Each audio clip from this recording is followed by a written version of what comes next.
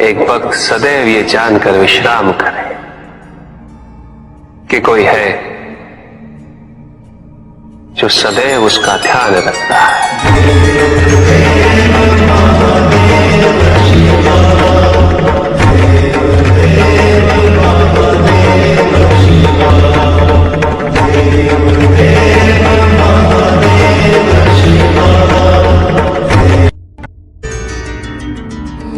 भक्त की भक्ति और उसकी श्रद्धा से प्रसन्न होकर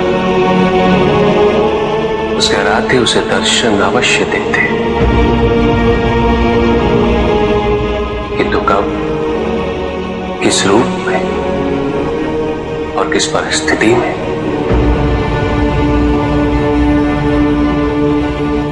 इसका पूर्व ज्ञान होना भक्त के लिए संभव नहीं होता।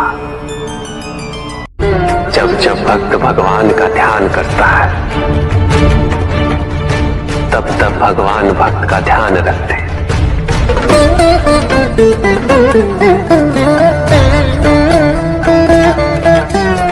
किंतु जिस क्षण भक्त भगवान का ध्यान नहीं करता तब भी भगवान भक्त का ध्यान रखते हैं। इसलिए तुम्हारा ये कथन उचित है नंदी। मैं व्यस्त हूं और मैं चिरंतन काल से लेके चिरकाल तक व्यस्त रहूंगा। प्रत्येक क्षण प्रत्येक भक्त का ध्यान रखते हैं।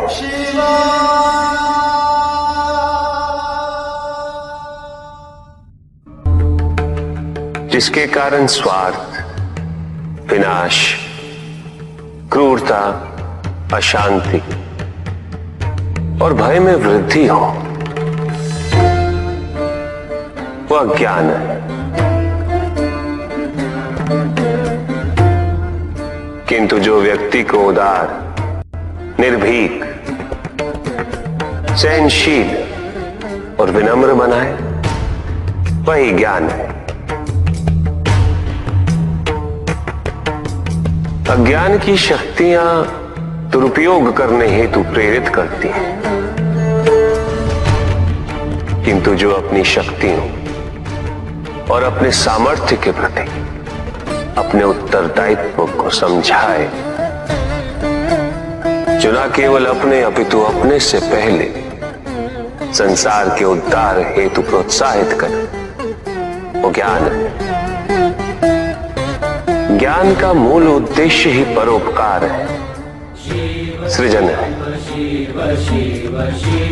दूसरों की भावनाओं को समझना, उनका आदर करना, यही ज्ञान है। क्योंकि ज्ञान हमें न केवल अपने अपितु दूसरों के दुख और सुख के प्रति भी संवेदनशील बनाता है। किंतु जो दूसरों की भावनाओं का अनादर करे, उसे ज्ञान की श्रेणी में कैसे रखा जा सकता है? अज्ञान के कारण व्यक्ति सांसारिकता में बंधता जाता है, मोह माया में उलझता जाता है। अज्ञान परम सत्य से दूर ले जाने का माध्यम है, किंतु ज्ञान व्यक्ति को परम सत्य की ओर ले जाता है। ज्ञान मुक्तिदायक है, मोक्ष का मार्ग है, और इस मुक्तिदायक ज्ञान का सर्वोच्च रूप है आत्मज्ञान। और यही ज्ञान की पूर्णता भी है कि व्यक्ति अपने को समर्पित कर दे, छोड़ दे अहंकार को, तो ब्रह्म की इच्छा ही पूर्ण होती है और अभी भी वही फलित हो रही है। ऐसा नहीं है कि हम उससे भिन्न फलित करा लेंगे, लेकिन व्यक्ति भिन्न फलित कराने में लड़ेंगे, टूटे, नष्ट हो। कुछ भी सुनने और समझने के लिए मन का मौन रहना आवश्यक है। किंतु मन मौन रहना नहीं जानता। वो तो निरंतर कुछ ना कुछ कहता रहता। प्रतिपल शब्दों का आक्रमण चलता रहता है मन पर, और यही आक्रमण है जिसके कारण व्यक्ति कभी भी शब्दों के परे नहीं जा पाता। जहां जीवन की सत्यता का बोध उसकी प्रतीक्षा कर रहा होता। कभी भी किसी व्यक्ति का विवेक, उसके संस्कार, निर्भीकता तथा उसके आचरण की परिपक्वता को परखना हो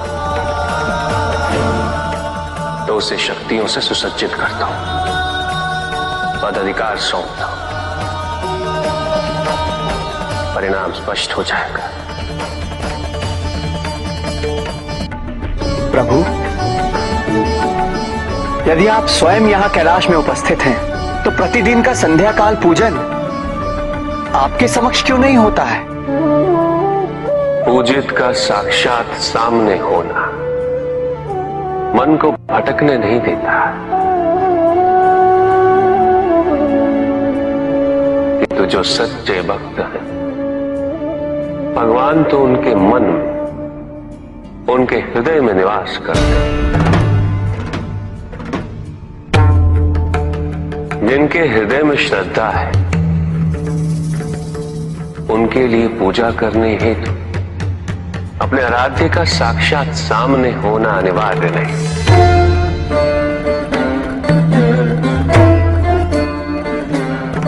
वो तो अपने मन के नेत्रों से प्रतिपल उनके दर्शन पा रहे हैं।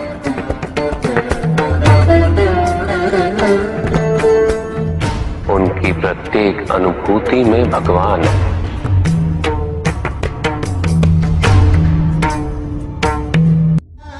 सुख आंतरिक होता है, संतोष आंतरिक होता है।